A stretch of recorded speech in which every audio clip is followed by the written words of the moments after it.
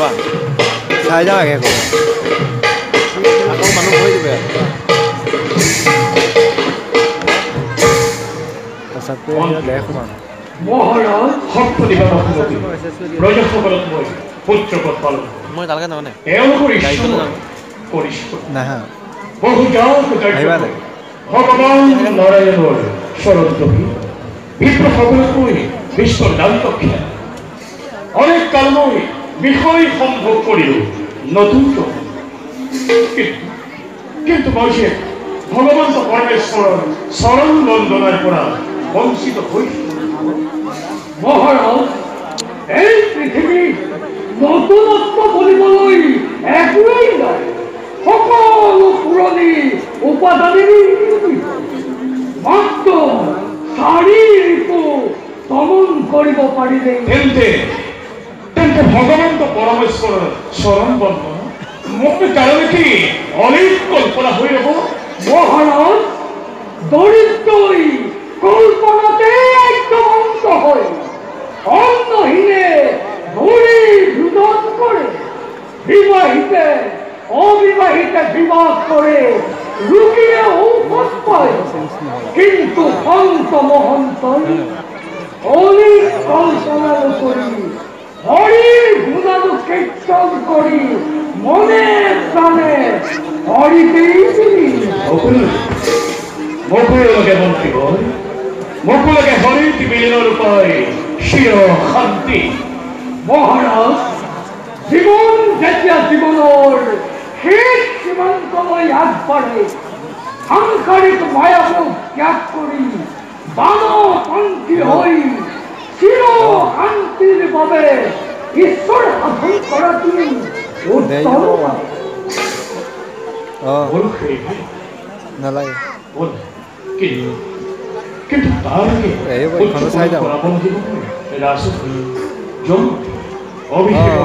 সকলো সম্বাদ কৰিব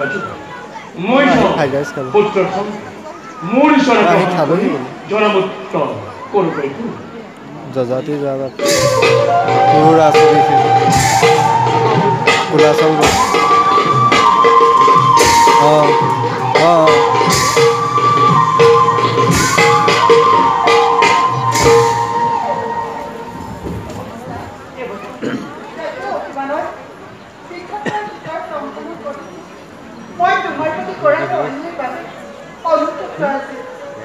তুমি ইমান মহান দানৱৰ সমাজৰ প্ৰতি তোমাৰ চিন্তা সেয়া শুনানি আঁকৰি চিৰদিন অংকিত থাকিব মোৰ গৰ্ভত সন্তান পিতৃৰ অবাধ্য হৈ জগতত পুৰুষাৰ্থ ৰাখিলে তোমাৰ পুত্ৰ পুৰুষ যোগ্য সন্তানৰ গৌৰৱে গৌৰৱান্বিত কিয় এনে হ'বলৈ পালে কেৱল মোৰ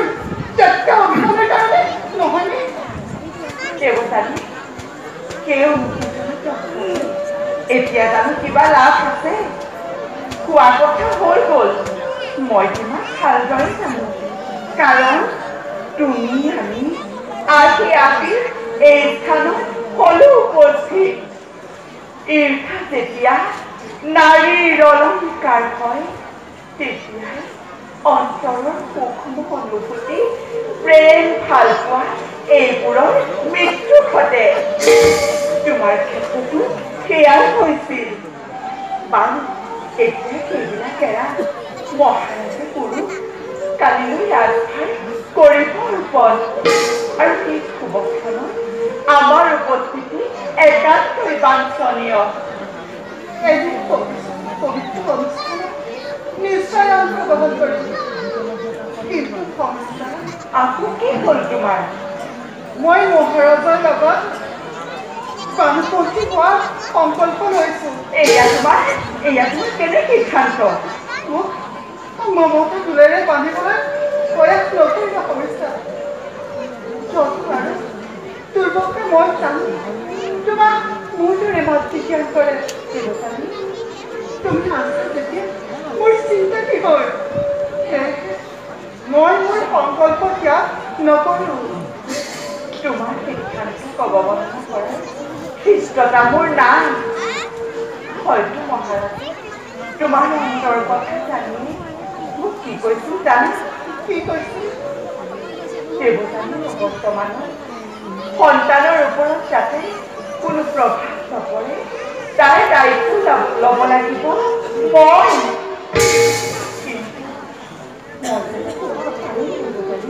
কিয় নোৱাৰিবা? তোমাৰ ওপৰত বিশ্বাস মোৰ আৰু মহাৰাজৰ দূৰে আছে। তোমাক ভগৱানে কৰোণা কৰিব।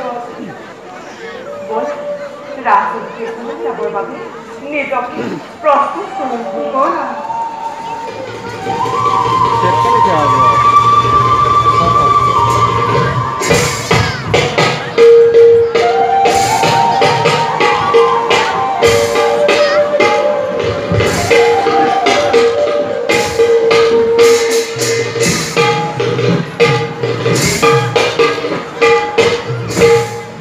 বিনন্দিয়া সৃষ্টি মোৰে অখিলা মানৱক জীৱলৈ শিক্ষ দিলে নৱবিচিত্ৰ হাতেৰে বিচিত্ৰ ধৰণে সৃজিলে কুসুমৰাজ সৌন্দৰ্যৰে শ্ৰেষ্ঠ শিল্পী বিধিৰ পিঠিয়ে দৈত্য কন্যা সবিচ্ছা ত্যাগেৰে শেৱালী বকুলৰ দৰে শিক্ষা দিছে জগত। এৰি চিন্তা অনিত্য বিষয় জননী জন্মভূমিৰ সৌন্দৰ্য বধাৰ কৈছে কবলৈ গুণবান ফলে নকৰে বিচাৰ কেৱে কুলমৰ্যদা বসনে ভূষণে শিল বিলাসিতা শূন্য হল দৈত্যৰ নন্দিনী সমিশ্ৰয় বিনয়ে কৈছে বিশ্বকাজী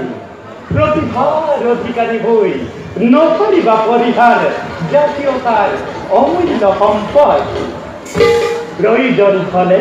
সপি অনিত্য জীৱন ধন্য ধন্য সমিষ্ঠা দৈত্যৰ নন্দী আৰু লগতে ধন্য আজি দৈত্যবোৰ শুক্ৰ মোৰেই ফটো অৱতাৰ চালনা কৰোঁতে এটি চক্ষু হেৰুৱালা বলিৰ কাটে তথাপিতো নকেৰি নিদিলা দৈত্য পুনৰ। এতিয়া যাওঁ এটি মধু বাৰী কুঁৱৰী কুঁৱৰী যাৰ থাকে গুণগ্ৰাহী গুৰু সেই গুৰুৰ হৃদয় আপনত জ্ঞানৰ বাৰিধি ৰূপে গুৰুৱে জ্ঞান দান দিয়ে কৃপা বিন্দু নিমিষে নিমিষে তাৰ শিক্ষা দান গৃহে পৰে নিজে নিৰন্তৰ।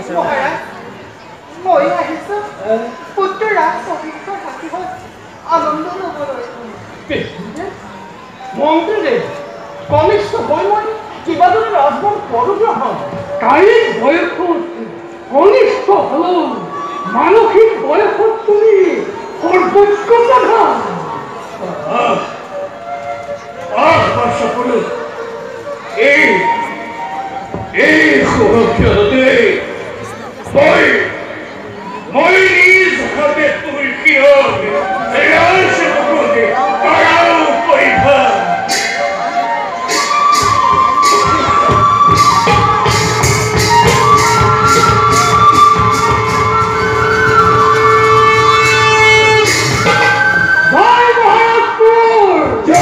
জয় মহাৰাজ!